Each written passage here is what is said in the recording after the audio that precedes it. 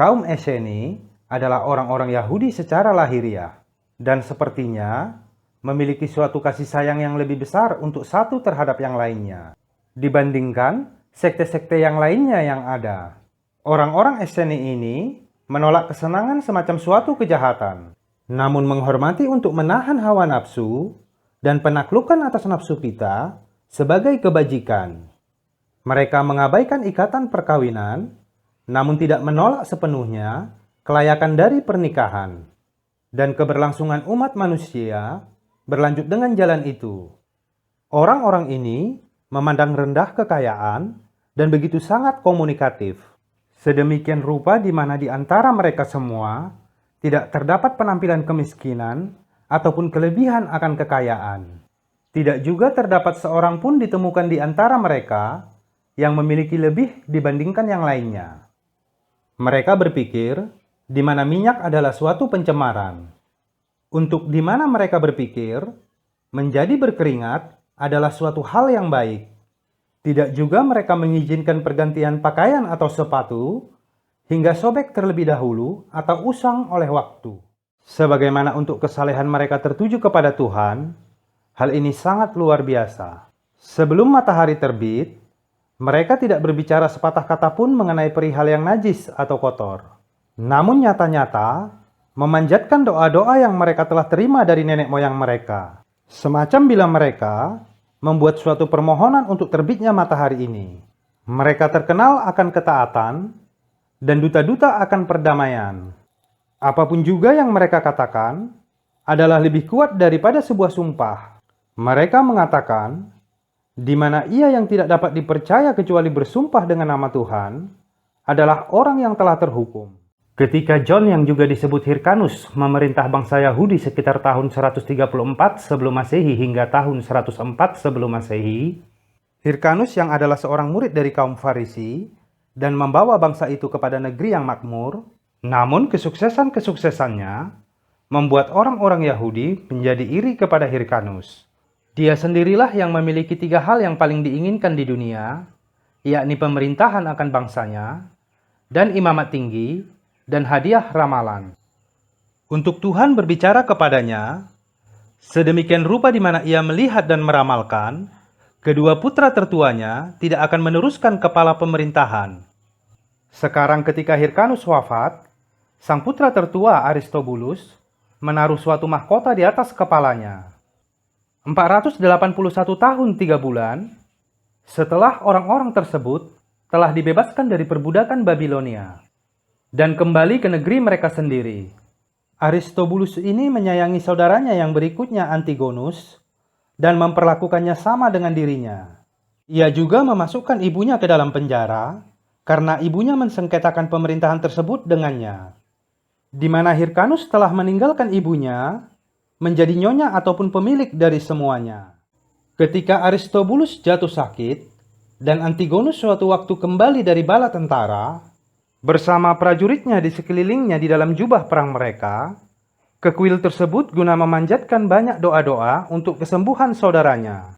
Terjadilah di mana beberapa orang yang keji yang memiliki suatu pikiran besar guna memunculkan suatu perselisihan di antara kakak beradik tersebut pergi kepada sang raja dan berpura-pura di mana semua perihal ini tidak seperti orang yang biasanya. Di mana kedatangan Antigonus dengan suatu tubuh pria yang kekar, pasti dengan niatan untuk membunuhnya. Sekarang, terdapat salah satunya Yudas, yang adalah sekte kaum Esseni, yang tidak pernah meleset kebenarannya di dalam ramalan-ramalannya. Untuk orang ini telah meramalkan, di mana Antigonus akan mati hari itu juga. Sekarang orang ini melihat Antigonus saat ia melewati sepanjang kuil tersebut dan berteriak untuk pengetahuannya. Aneh. Adalah baik bagiku untuk mati sekarang, sejak kebenaran mati di hadapanku, dan apa yang saya telah ramalkan terbukti salah.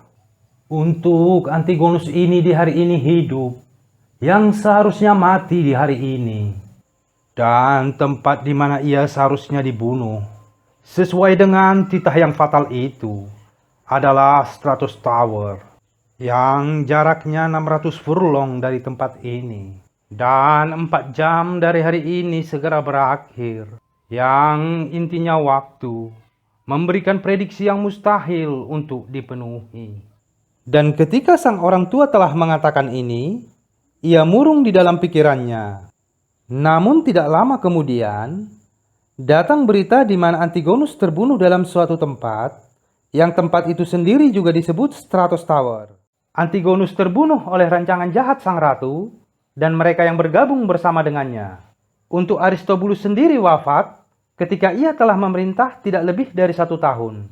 Setiap salah satu dari mereka terikat untuk mengambil sumpah yang sangat dahsyat.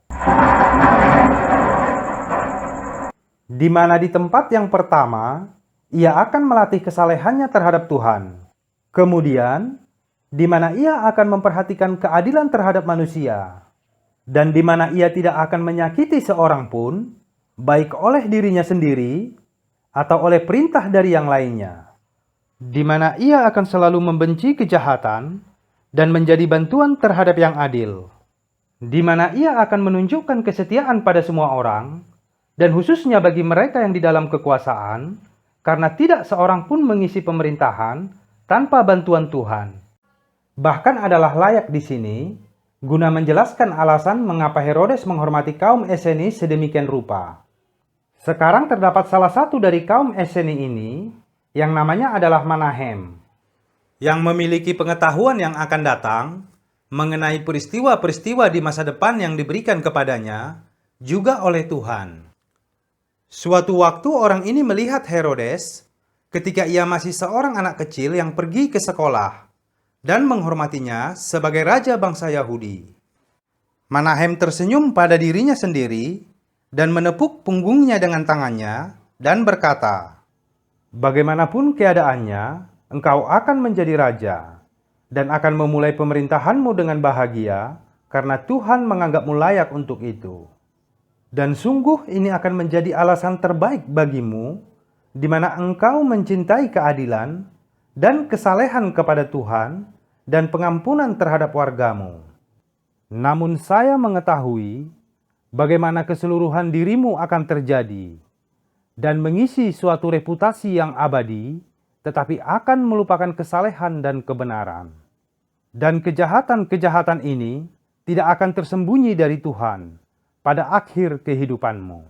Ketika Herodes begitu beruntung sebagaimana menjadi yang terdepan terhadap keagungan raja, dan berada di puncak kekuasaannya, ia memanggil Manahem dan bertanya, berapa lama ia akan memerintah? Apakah ia akan memerintah 10 tahun atau tidak? Manahem menjawab, ya, 20, tidak, 30 tahun. Herodes puas dengan jawaban ini, dan sejak saat itu, ia terus menghormati semua kaum Esseni. Doktrin dari kaum Esseni adalah ini, di mana jiwa-jiwa itu adalah abadi. Dari sanalah nasihat-nasihat untuk kebajikan dan nasihat-nasihat dari kejahatan dikumpulkan. Di mana orang yang baik lebih baik menghantarkan kehidupan mereka dengan harapan yang mereka miliki akan penghargaan setelah kematian mereka. Dan terhadap jiwa-jiwa yang jahat, wilayah orang-orang yang tidak beriman di dalam Hades, di mana kecenderungan keras orang jahat untuk melakukan kejahatan dikendalikan oleh ketakutan dan harapan yang mereka alami, di mana meskipun mereka harus berbohong, bersembunyi di dalam kehidupan ini, mereka akan menderita hukuman yang abadi setelah kematian mereka. Terdapat golongan kaum Esseni yang lain, namun berbeda dari yang lainnya di dalam hal pernikahan. Semacam berpikir dengan tidak menikah, mereka memutus bagian utama dari kehidupan manusia, yang adalah harapan akan suksesi. Bahkan, mereka mencoba pasangan mereka selama 3 tahun. Dan bila mereka menemukan di mana mereka memiliki penyucian alami mereka 3 kali, sebagai percobaan di mana pasangan mereka mungkin bermanfaat, mereka kemudian benar-benar menikahi pasangan mereka. Oke teman-teman, terima kasih telah menyaksikan video ini.